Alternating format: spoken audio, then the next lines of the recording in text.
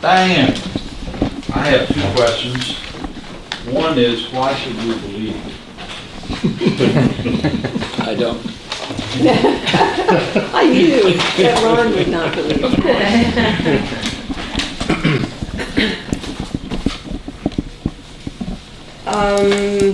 well, I could appeal to the fruitfulness, but I think I would rather, in the context of this, appeal to the space of appearances and say,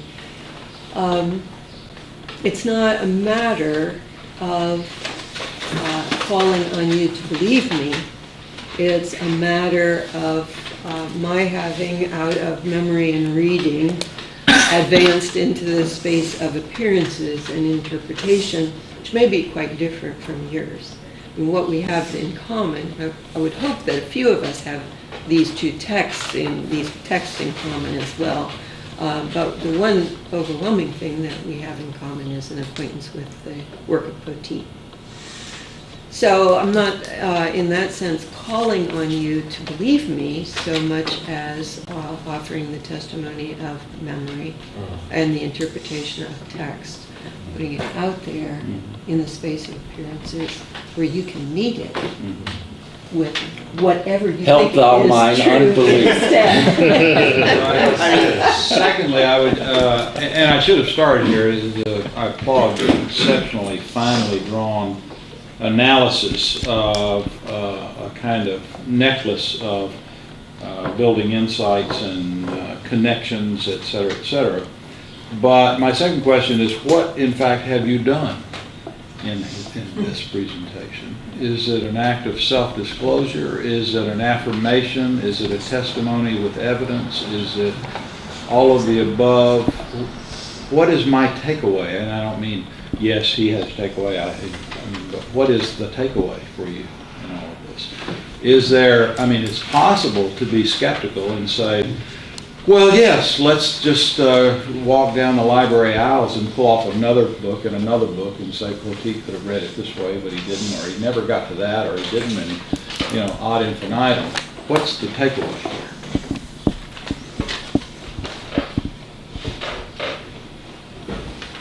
Well, you have asked two different questions. One is, what's the takeaway from me? Right. And then, what's the takeaway without that qualifier, which I Right. assume is the takeaway from We have discussed, right. The takeaway for me was the experience of exploring some themes that were fielded in my graduate study, and to try to watch those themes or look for those themes in texts that I thought came to my attention for other reasons. All right, so it's been that kind of exploratory enterprise for me, and very satisfying and very interesting. If I had to say, well, all right, I've made people listen to me for more than 45 minutes, and so what justifies my claim on their time? Well, you could say Dale's invitation does.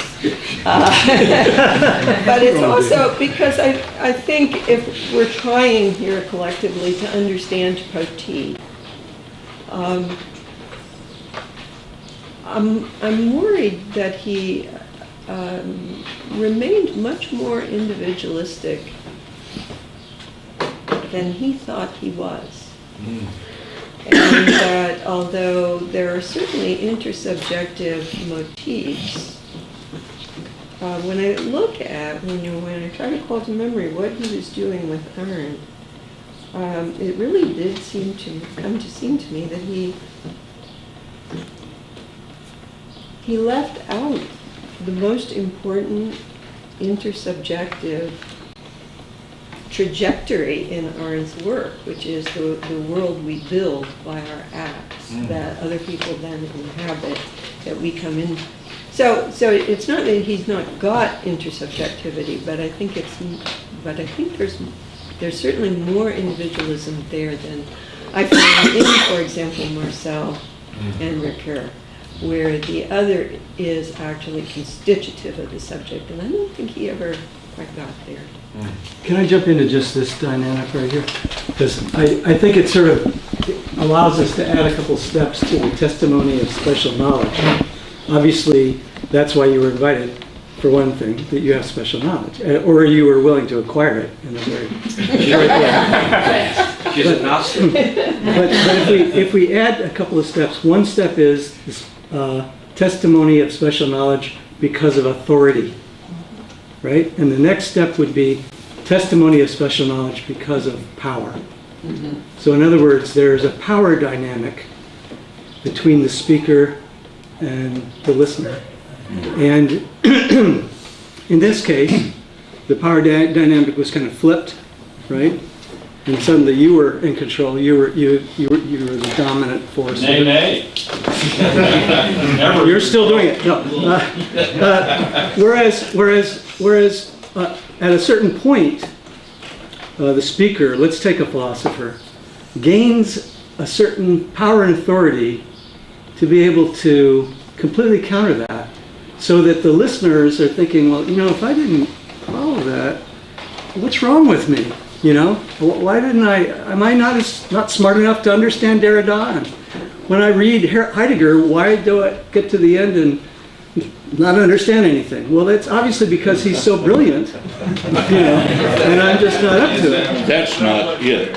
So there's a power dynamic that I think is worth noting in this.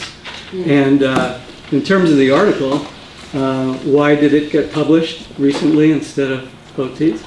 Well, there's the Harvard brand, So again, Poteat had the Duke brand. the Harvard of the South. Yeah. But my point is that this is something that needs to be taken into account that usually isn't, is the power. And there's a tipping point where you would get to the point of looking back and saying, well, what didn't you get? What part? Instead of really answering the question. Am I the only one to remark the irony that we're talking about the power dynamic of testimony in the university where W went and read a book if he did? I want to respond here for a long time.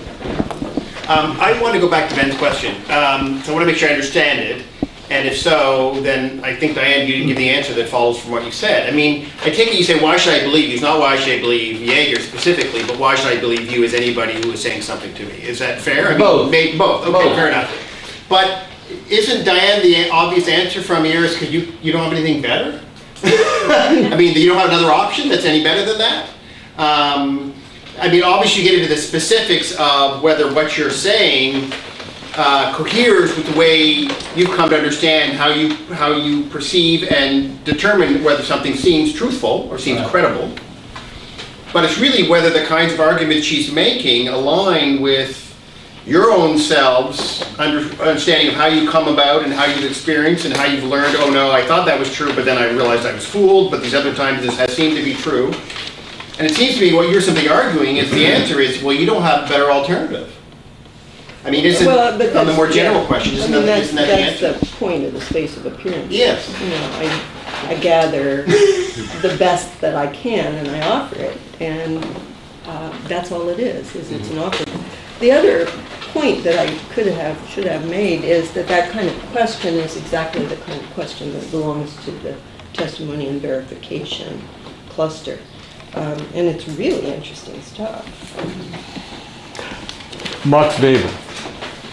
You asked for other names Yeah. to relate.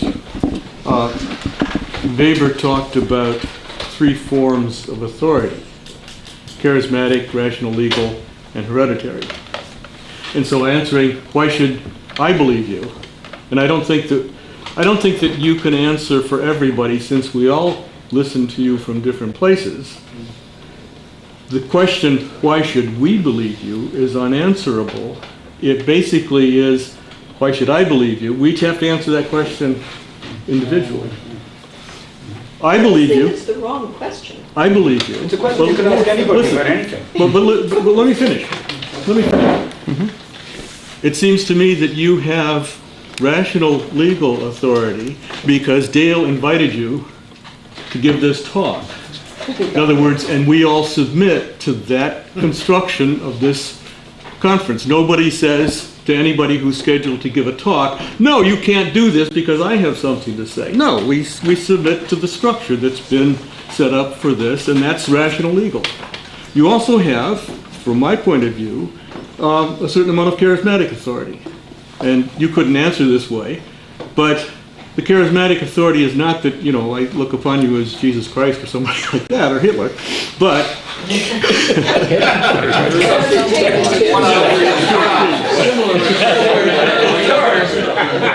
Somewhere in there. Very nice. okay. I bet you're in there somewhere. But basically because, you know, you've done some work of scholarship that I respect, which gives you an aura of authority in terms of me. Now, somebody who hasn't read the same things that you have might not have that background to say, well, here's somebody that I ought to pay attention to. But to a certain extent, that's part of, you know, my answer, why I believe what you say, why I listen to what you say. And with regard to power and authority, this is one of the things that Weber did beautifully. Distinguish between power and authority. Power is control, being able to get other people to do whether they want to do something, whether they want to or not. That's different from the power that is, you know, empowerment. There's one kind of power where I have the ability to do something, and that's power. There's another kind of power where I have the ability to make you do something, whether you want to do it or not. And authority comes in as the legitimation of that kind of power to give orders with the expectation that they'll be carried out. And so that's where his three kinds of authority. How is it that people, and here it gets different from believing somebody to obeying somebody. How is it that people obey? Why is it? You know, we have all these kinds of domination, subordination relationships going on all over the place. And how does that work? And Weber's answer, it may not be a complete answer, it works because of one of these three kinds of forms of legitimation, whereby as the follower of orders, I think that you have the right to give me orders and I have the duty to obey. Now, these different kinds of legitimation often get mixed up. They're analytical distinctions and not, you know, physical distinctions. But, you know, that's one of the things that resonates with me when I think of some of the people that I'm interested in in response to, you know, Marcel and Art. Diane, do you want to call on people? No, Okay. you've been assigned the role. All right. I think I read Arendt differently than you do. That will not surprise me. And I don't, and I'm not really here to say what's the right interpretation of her, but I don't read her to be saying that speech accompanies action. And so I want to defend Poteat on what you call a reduction. You think that there can be actions without speech, right? And I think this is really the kind of thing that Austin was fighting in trying to accuse people of the descriptive fallacy, you know, as though there is the act and then you can talk about it or then you can report on it, as though the relationship between action and speech was a contingent relationship. I take it that Bill's point is that there's a deeper relationship between action and speech than simply such a contingent matter, and that's why I don't think animals act. Well, Of speakers. yes. And so speech is not simply a contingent accompaniment of action, I don't think. And so I think It's Bill's a right. paradigm for action. For the human action, it is the connection, for human beings, the connection between speech and action is deeply grammatical, I think, and not So not if separate. there's an action that I don't know exactly what it means until somebody tells me, I read at least assume that it can be spoken of. Yeah, well, also. Whereas with an animal, I don't assume. Yeah, So I don't- I mean, I, Wittgenstein says, I can imagine my dog waiting at the door for his master's return, but I can't imagine my dog waiting for my master's return in 2 weeks. So that I may not know may not know what's going on. He's sitting there waiting on somebody to return, Godot or somebody, in 2 weeks, and he may not have told me that's what he's doing. But you cannot, in fact, make any sense of that apart from us both being speakers.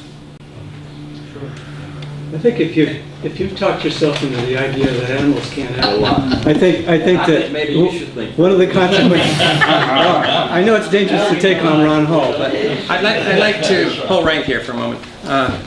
The particular topic that I thought I'd assigned, Diane, is not at all where we're at right now. Yeah. And I'd like to have us steered a little bit more in that direction. And that topic is, okay, why did Poteat select the particular major texts that he did and not others? I mean, why these texts? Why did he focus on the things he did? What was he getting at in connection with that? More than just working out of his own reflections and so forth. Because he certainly didn't approach things in terms of, and it's been brought out by a variety of people so far in the conference, he didn't acquaint us with the traditional canon of philosophical texts in history philosophy, in the modern world, or whatever. In fact, in some respects, there wasn't much encouragement even to do that on our own, even though I think I could have used more at certain points than I got. But I was interested in posing this particular session, and Diane certainly focused on certain persons in this connection, but I'd like to have us, in what little time we have left, to reflect on, in terms of the experience that each of you had who have been Poteat students, what was he doing with these texts? Why these texts? I may be stating the obvious, but what he would do is, for example, in Arendt, I may not be remembering correctly, but I believe it was on page 14. Memory at work. That in that undergraduate class we spent weeks and weeks on. And I believe the flaw he found there was that she was trying to account for what makes meaning in existence. And he pointed out that the only way to do that is through a religious story, such as the story of Jesus Christ, and that was her flaw. And then, of course, Freud had a number of flaws. Who else? We read Merleau-Ponty, let's see. Not so many flaws there, or with Polanyi, but that's my recollection. It's careful reading of the text and figuring out where the writer may have made a false step because of the received Cartesian tradition. That's what I remember. So actually, if I can say, the part that I read yesterday from this letter, Beth Newman, I taught, to answer Dale's question, I was hoping we get to Bill as a teacher, is the way he uses poetry. I don't think I mean, I wasn't a student of his, but I certainly was a colleague who heard him cite and recite a lot of poetry. But I thought this one paragraph in the letter he wrote to Beth, which starts out, you remember, with him marinating in his sweat. You all remember that? Yeah. Okay, so when we go beyond that kind of very strong image, towards the end he says that the demand for personal meaning is so ubiquitous, so exigent, that it will not forever be denied. If you suppress it explicitly over implication, which is the university's way, it will fester in a silent despair. If you leave it untutored, it will issue in fanaticism. The best lack all conviction and the worst are full of passion and intensity. W.B. Yeats. Then his answer, his own personal answer to this, we can thank God that our practice sometimes get the better of our theory. Amen. Yeah, I think that's just a Poteatian way of sort of wrestling with issues and saying, and going back to what Diane did say about, he really puts an accent on the action as the outcome. And sometimes, the theory stops because it's the practice and not the theory that prevails. Sam? I have no idea what y'all are talking about, but I just feel something. And the feeling is basically, as a divinity student who had been a licensed Methodist preacher since he was 15 years old and who sought refuge in religion and church, what I liked about all of this was he brought stuff in that wasn't normal. But yet it carried with it the same issues. You know, all these folks carried the same issues that the Gospel of Matthew carried and other religious church folks carried. We were all connected here. Now, I don't know if that helps this conversation at all, but the thing I feel is that all of these issues are worked out here in some autobiographical way, and the writer, all of a sudden Einstein became a prophet. You understand what I'm trying to say? Not just a scientist. And all of a sudden science became religion, and religion became science. And when you drew this up on the board here, I'm thinking in church we have testimony. Okay, and all those words, I'm going to preach a sermon on this. I've got a sermon already laid out for this stuff. I don't know if it has anything to do with what's going on here, but it does feel like that it does bring it down to some kind of street level. Does that make sense?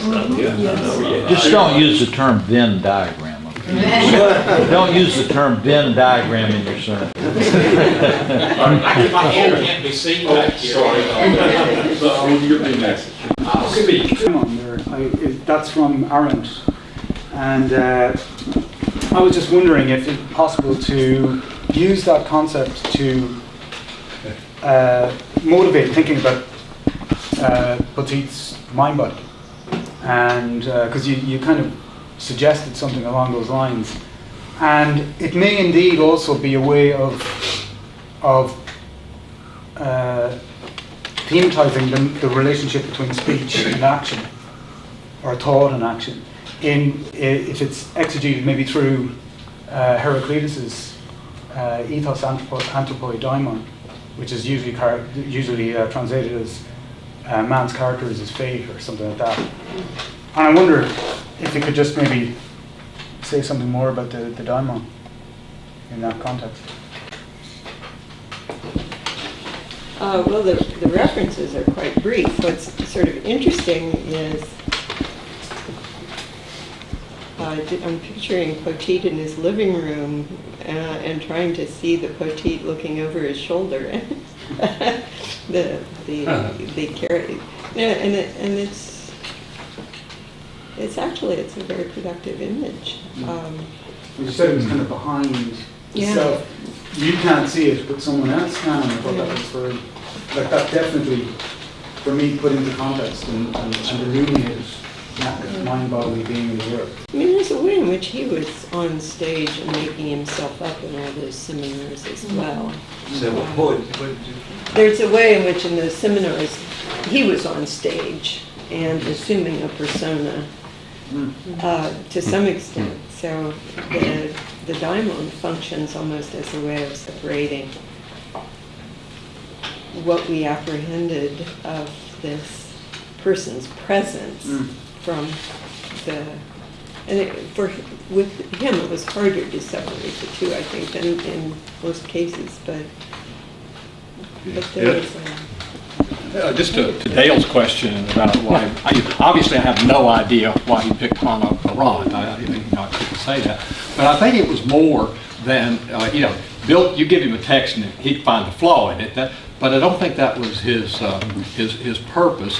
But I can imagine that with Hannah Arendt, he saw someone, very kindred spirit, because when she was trying to examine the human condition, the conditions under which humans live, it wasn't about what does the individual think. She does not start with the I think. She starts with the I do, and even that is not in isolation. It's always in a community, and people can only become persons in a community whatever that is, and to make those differentiations of labor, work, and action, where he wants to say that the highest of that is not so much what the individual thinks, but what people gathered together do in action with their words to accomplish something. And that seems to be right at the heart of what Bill was about. Ellen. I had just a point of clarification. When you were talking, Diane, about Poteat being sort of the finest flower of modernity and connecting to the I am, and then like right after that, you talked about measuring up against others, and I wasn't sure if that was something you were saying in light of Poteat. No, the point about measuring up against others, I mean, I loved Bruce's framing of Poteat as nimble in argument. And was making the point to someone over a meal that he encouraged, I mean, he really wanted his students to argue with him. Right. But that was because he knew he was going to win. There was ever any doubt about who was going to win these arguments. And so that's what, when I was talking about the space of appearances as an agora, and Hannah Arendt's references the classical, glory. Yeah. And there was a way in which all of these seminars were stages for his demonstration that he could discover art and Cartesianism in all of us, no matter how much we thought we had purged ourselves of that. So that was the point I was making about sort of gaining precedence. In the space of appearances, you emerge from the mass by speech and action. Right. Otherwise, you're invisible. And so those seminars were all occasions when we were more or less compelled to emerge from the anonymous mass. But when I was talking about him in the context of the philosophy of the self, that the modern preoccupation with the I, the self, consciousness, whether we call it return to the self, all of that stuff is modern. And if we're really genuinely asking what's going to come after modernity, I'm not at all certain that it's going to be what Poteat envisioned as the desideratum.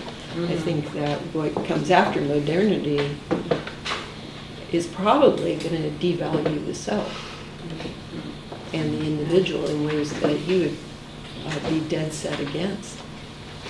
Yeah, and I think that struck me as odd because it wasn't something that's not language I would have used to describe that it was about me trying to measure up. In fact, it was a reprieve from that, actually, from me, from the academia. Usually, who are the best students, who gets in with who. But I don't know if that would have been. No, I agree with that in the sense that we were taken with absolute seriousness. Yeah, that's what. Just absolute seriousness. You were hugely important. But you knew you were going to be a Cartesian in the end. Hard as you tried not to. I want to take another stab at Dale's goal for us. And really, the person we spent the most time reading in my 4 or 5 years in colloquiums with him was Wittgenstein. But I also think it's true to some degree of Merleau-Ponty and Polanyi. I mean, why I think Wittgenstein was so important to him is it was trying to overcome a certain understanding of philosophy, not philosophy generally, certainly not ancient philosophy as I think Poteat understood it, but this sense of philosophy is alienating us from our somehow pre-philosophical, everyday, ordinary selves, use these words, the hurly-burly of everyday life. I mean, Poteat had all these Poteatisms, and I'm trying to recover, Wittgenstein's image of therapy, the fly out of the fly bottle, helping us overcome the errors that philosophy specifically has led us into, and recovering our kind of authentic pre-philosophical selves, which we can then develop through philosophy properly understood. I'm interested in what you think about that. I mean, but it seems to me that the figures he was interested in were the ones who were, pursuing this kind of end. I think Bruce's paper was pushing at this, and I think a number of other papers have all tied on these themes of kind of coming to an authentic, screwed up by certain kinds of philosophy selves. I mean, is that a theme that you would agree with, that was central to him, or is it?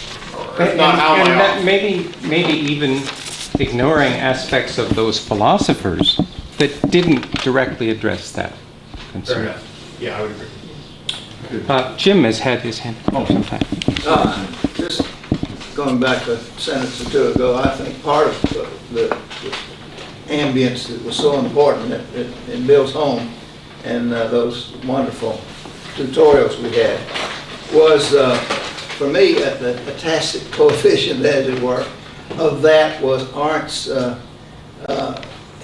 Poteat's acute awareness, it seemed to me, of Arndt's emphasis on the fact that what can embolden you to act, maybe the only thing, is faith in promises and forgiveness.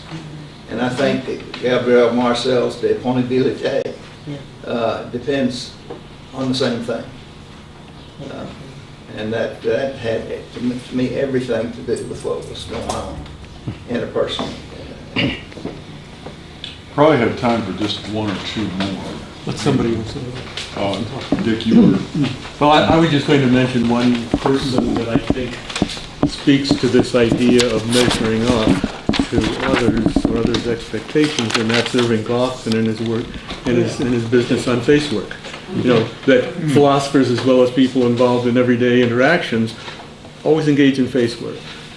You know, there's always a line that they take, and they engage in activities that will support a positive evaluation on the part of others of the line that they take. I saw Bill choosing the people that the books that we read and the courses as serving the following function. There were people, say in Gus remembers this in CC16, who he thought, I think, exemplified the confusions of the culture. He explicitly states that. Yes, but then he chose, you know, we're doing B.F. Skinner, Darwin, and so on. But then we turn to people like Arendt, Wittgenstein, and all the other stars. And these were people who I think he thought almost got it right. That is, even the best of us are confused. And that's how deep the cultural confusion is. Okay, I'm going to just